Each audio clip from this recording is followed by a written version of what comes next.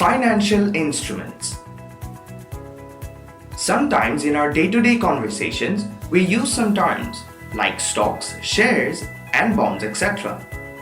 They are collectively known as financial instruments.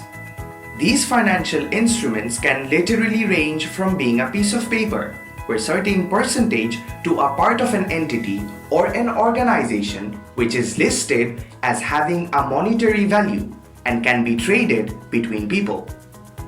Stocks and shares are the evidence to this ownership of certain percentage of the company or the specific entity. On the other hand, bonds are contracts which, if claimed by the owner, he or she is to receive the cash according to the price of the bond.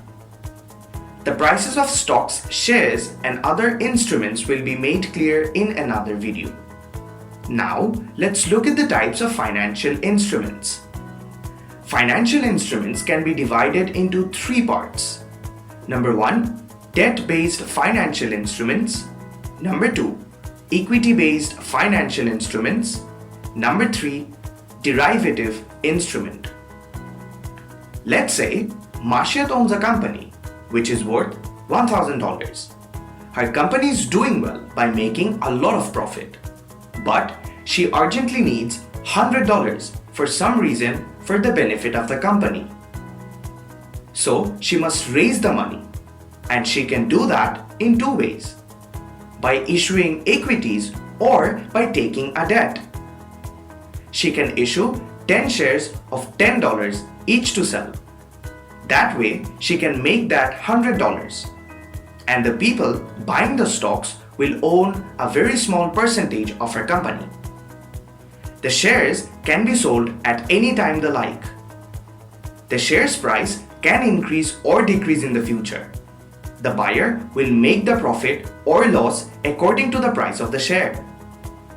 On the other hand, it seems Mashiat chose to issue bonds, which are otherwise known as debt-based financial instruments.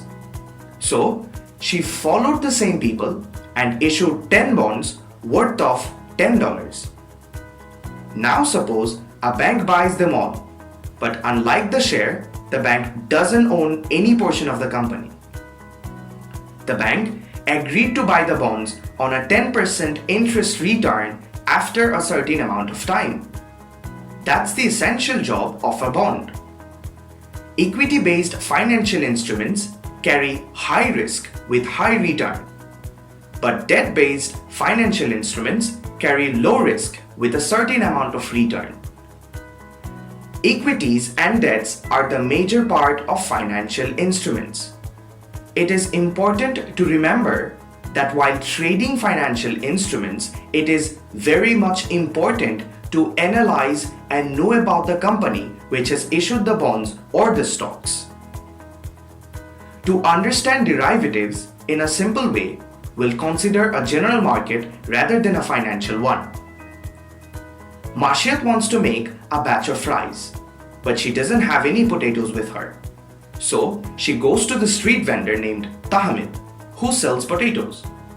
Ahmed and Mashiat agree on selling potatoes worth $5 per kilogram. The price, which is $5, is not stagnant. It can vary depending on other factors like demand, supply, cost of transportation, environment, etc. Those factors help the market determine the price. Let's bring in Ishmam for a moment. When Mashiat was buying potatoes, Ishmam was putting on a wager on the actual price of the potatoes. Ishmam had no influence over the potatoes or the pricing of the potatoes, nor did he own the potatoes. He just simply made a wager on the determined price of the potatoes. Here, the potatoes would work as the underlying asset for the derivative, and the price of the potatoes would derive the price of the wager or bet, hence the name derivatives. The price of the wager or bet would no way be determined by the market, rather be determined by the potatoes or the underlying instruments, which are stocks, shares, and interests. In financial terms, derivatives are options, futures, swaps, etc.